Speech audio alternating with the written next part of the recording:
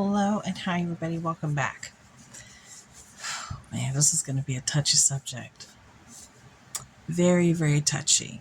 I know I look like a mess. I didn't do my hair, I didn't do my makeup, not a stitch of anything on me, and my lips are dry.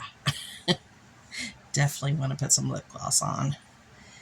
I was sitting here originally working on one of my pages in my book quietly here by myself. I didn't even turn on the camera.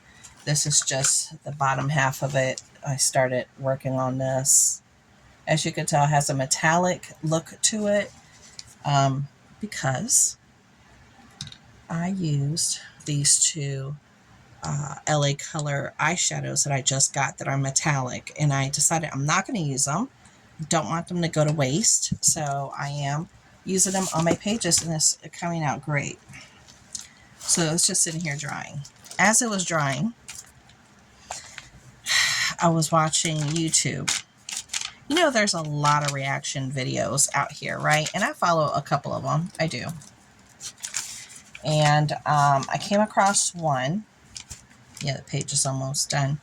I came across one talking about the issue with food stamps and reactions to TikTokers that have a reduction in food stamps, or now they owe food stamp money, or they're being prosecuted. Some were also on Section 8, and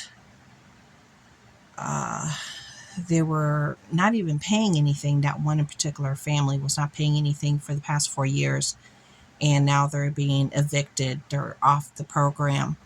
And another one said that she was only paying $60, and now they want $400.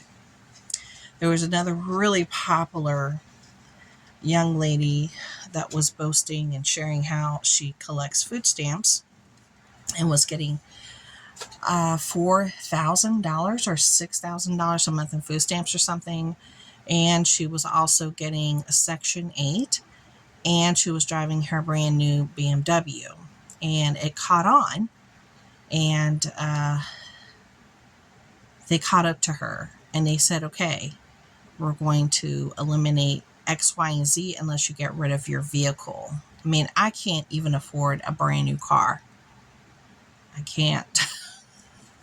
I drive a 20-year-old car with no car payment, and she has almost 300,000 miles on it, and I don't even know how much longer she's going to go. Honestly, I don't know how much longer she's going to go. So she's definitely feeling the aches and pains now. But I was torn while I was watching these because I've never been on food stamps, but I've had WIC, and that was when we were going through a hard time. I mean, a really, really tough time, and that was when we had the twins, obviously almost 12 years ago, and we were on it only for, I want to say maybe 4 or 5 months. And during that time, things were so bad at our business that they had even turned off the electricity at the shop. And my husband was running a generator just to keep lights on. It was like that.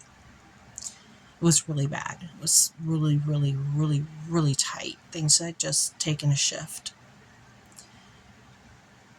So I know what it feels like to be in need. I do. And it can be devastating when you lose some of the monies are coming towards you to keep your family afloat. Now, a lot of people here on YouTube are taking advantage of showing the meltdowns of these families, of these people, of these men and these women at the stores getting declined, showing only like, 20, 40, 60 bucks or nothing on their card, and them just having a meltdown. They're showing people complaining about that they're not allowed to buy any sweets now, and they're focusing on that, which, that's really no big deal. You could still buy the sugar and the flour and all that and still make your own cake for birthdays and what have you. It's nice to get a pre-made cake. Don't get it twisted, because I'm a pre-made, buyer myself. And but they're very upset, and they're showing and they're focusing on those, like trying to make them look petty. A lot of people are saying, get a job, stop complaining, get a job. And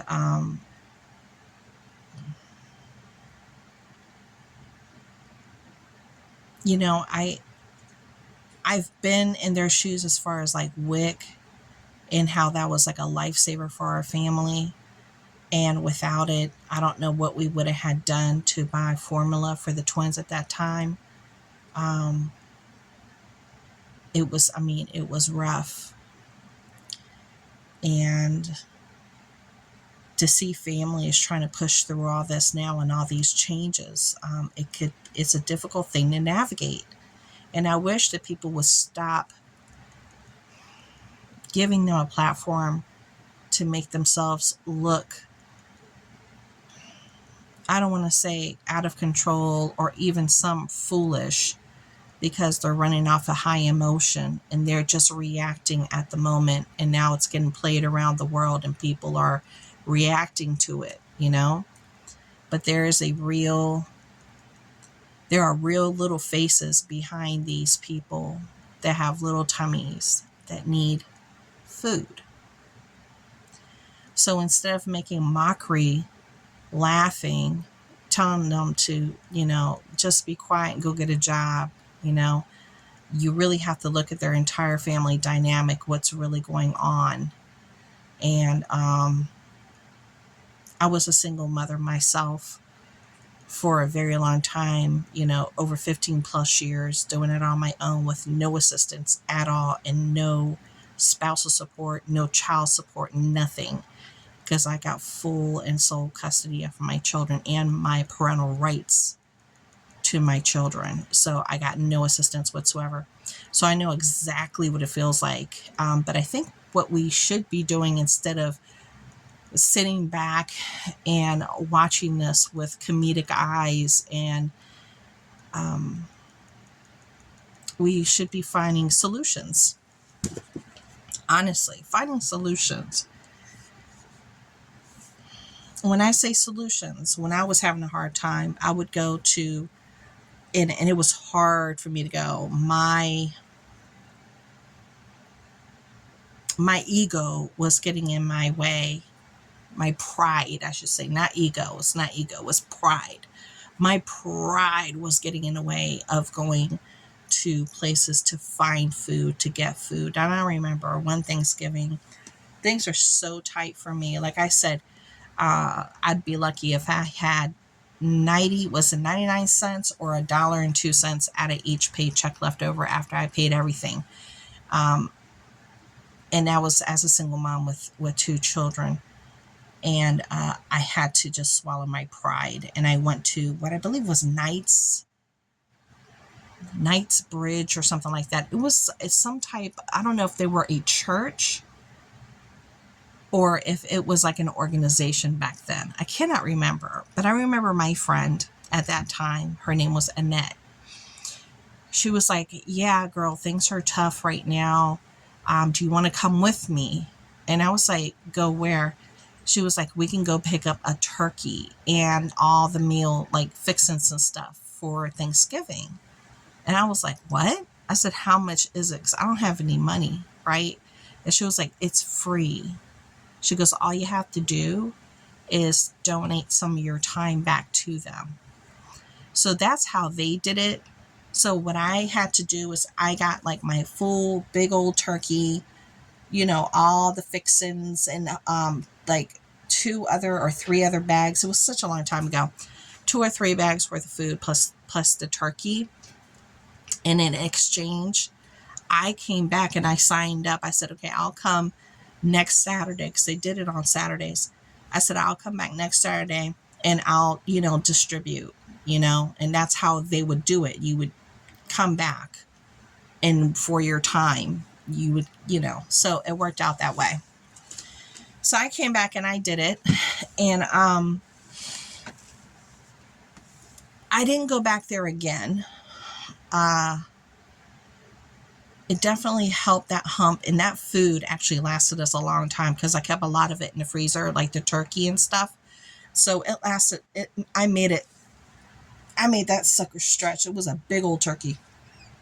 I made that sucker stretch, and I used a lot of pastas and rice, the cheapest stuff available, and corn because my kids liked corn. And corn, and I would make things, so they would eat it. But I also had gone to a church, and I had gone by myself. I looked it up by myself. At this point, my family had no idea, no clue how bad I was doing. And I didn't want to tell my family. My pride was in the way again. I didn't want to tell anybody how bad things were. And I was going without eating so my kids could eat. And I remember, I'm sorry.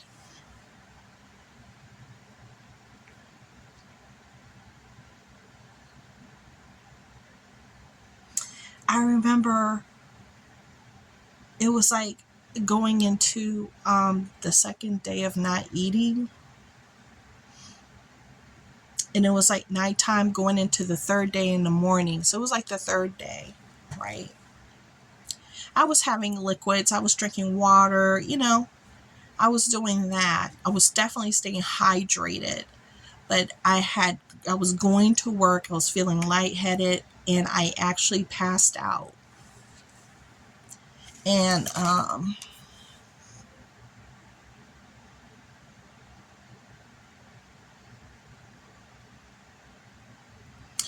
someone in my office had said after I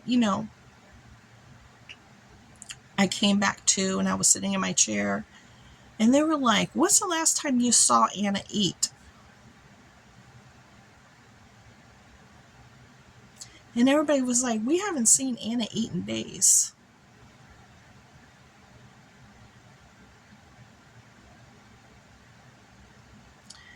And but that's just things that we do, for our children, to make sure that they're good, and to make sure there's still money to get into work, to take the metro, which is costing $5 a day, not including parking, which is $7 a day.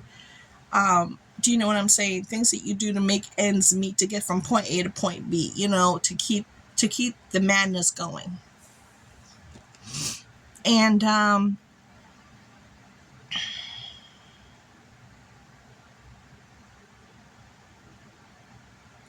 that's when my friend Annette, she worked there too.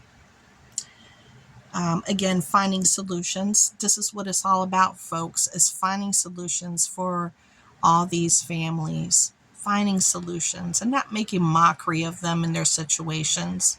It's finding solutions. She was like, there's these three, groups, churches, and food banks that I can show you and take you to.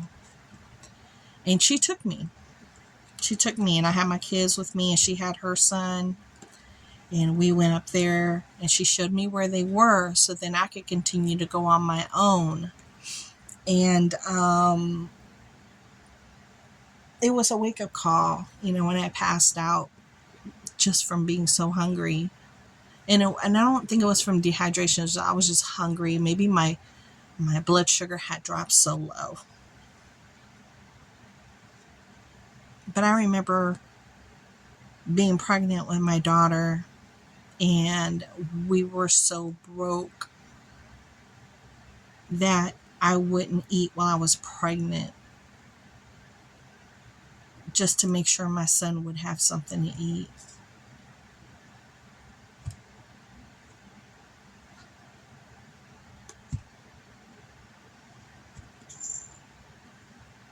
You know, she was just an itty bitty little thing when she was born, when my daughter was born. And, you know, instead of trying to break these people down and making fun of them and egging them on and their emotions or the way that they're reacting to things and laughing at them because they were making videos before about ha ha hoo hoo, look what I'm doing versus you. You're doing all this work and I'm living here and, you know, getting all this. Well, they're not anymore. Let's become a team of good people and help find solutions.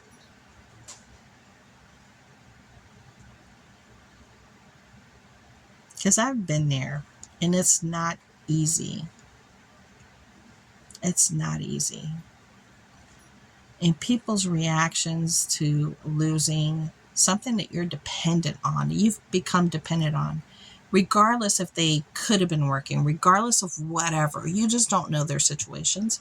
Maybe they really and truly can't work. Maybe they really and truly can't work. Maybe they could have been working even a part-time job, maybe, but would have been possible if they have so many children plus paying daycare and to get from point A to point B. Would it all make sense? Would it be financially feasible? Because I basically was working just to pay the bare minimum and pay daycare. Basically, I was working to pay daycare. I was getting robbed for daycare payment, basically. I was getting robbed for daycare. And it's not easy. And it's, I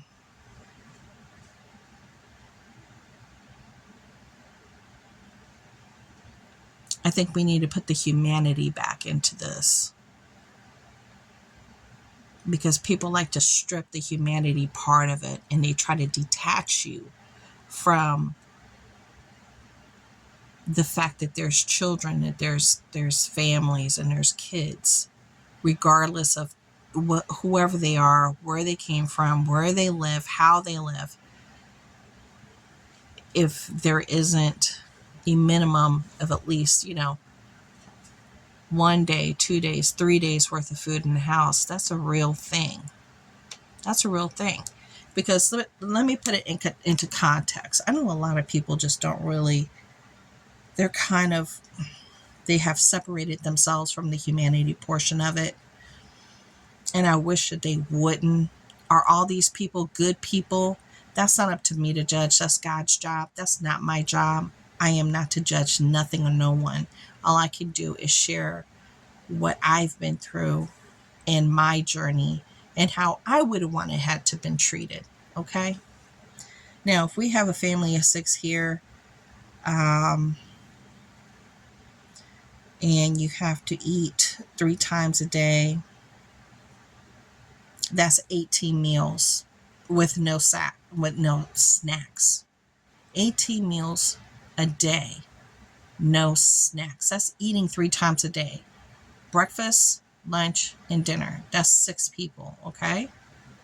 And that's if everybody eats, because I may not eat lunch. I may not, but I'm saying if you do, okay? That's 18 meals in one day for one family. Imagine that. I know you really got to put it more into context. How many actual meals you need to have ready for these little mouths.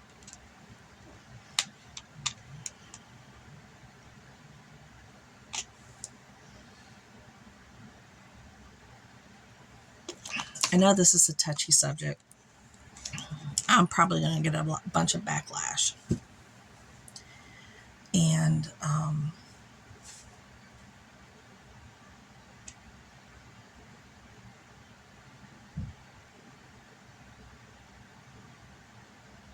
when these families say, what am I supposed to do now? And then people immediately say, get a job. Do you know how many people are out there trying to find jobs? Do you know how many job applications have been placed out just for individual people? 100, 200, 300 applications, and they get no responses. Do you know how bad the job market is? Do you guys even realize it might be good in your area, but it's not good in all areas? I remember when my daughter was living on the West Coast. I'm not going to state where exactly. I mean, I'm sure it doesn't even really matter anymore. But she was, yeah, it doesn't even matter because she's not there anymore. Because she was like, respect my privacy. I'll just say West Coast. Well, she was in a state where it was really, really, really, really, really hard to get a job. She literally put out over 189 job applications and no bites for months. Months. It's like that in certain states and areas. No bites. Not a bite. And when people say just get a job, and just nasty, get a job. No, it's not just get a job. It's solutions. Where to find some food for your family now. What to do next. Are you going to be homeless? Are you going to be able to stay where you're at? Because now what you're depending on, you're going to have to come up with money to pay for food that maybe you were putting towards your rent. I mean, you got to think logically about these things. Are there any services that you can discontinue? Do you have a car that you got full coverage on? My car has full coverage. It's a 20-year-old car, but it has full coverage because if it breaks down, I need it to get towed. And my car has broken down, and we've had to tow it. And that's the only reason why I have full coverage on my car, because that tow package is very much needed for my car. Can you reduce it down to just, the bare minimum liability?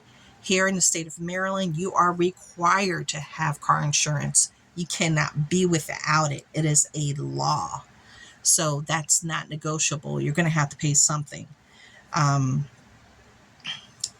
Telephone, games, as far as, additional, playing games that you pay money for, monthly services, subscriptions. I know everybody needs a cell phone, because if you're applying for jobs, you're going to need a phone so you can communicate. And at least that way you can have access to emails and do some of the things you're going to need to do. But the God's honest truth is while you're doing your job applications, if you don't have service at your home anymore because you had to discontinue service, and you don't have like computer or cable, but you use your phone, a lot of these applications and things that they need you to do, you're going to have to go to a public library and use their computer systems. They allow you to use them. All you got to do is get a card, and then you can get on the computers and actually fill out these forms, and they won't glitch, and you won't have any problems, because something about on your cell phone versus a computer, some of them just don't match up to their format. So that's something that you can do. Another solution. Okay. And then while you're there, finding out where all the food places are where you can collect food and what days to help your family. Then maybe trying to come up with a side gig of something that you enjoy doing, or maybe selling some of the things that you no longer use on so many different platforms. I mean, heck, if you're on TikTok and you're talking about it, start selling some of the stuff that you have that you don't need anymore, and make money that way if you cannot leave your home because you have the responsibility of smaller children. There's lots of different things and different ways to look at things, to find some, real solutions for different families. Okay. Now, don't get me wrong. Were there people that were on the system abusing it? Yes, there are. And now it is being addressed, right? But there's families that really and truly need that assistance. Not just families, but elderly, senior citizens, okay? You have to look at the bigger picture. There's people that have different type of disabilities, including autism, that they have these services so they can live independently, but they need just that little bit of help. Okay. You have to look at the bigger picture. So out of 10, out of all the people that are on it, yeah, there might have been like this many people that were abusing the system. Yeah. And there's like this many people that really and truly need it. And then you have those middle people right here that just need a little push into the right direction to help their families and become successful in caring for their budgets, their money making skills, and getting them skills.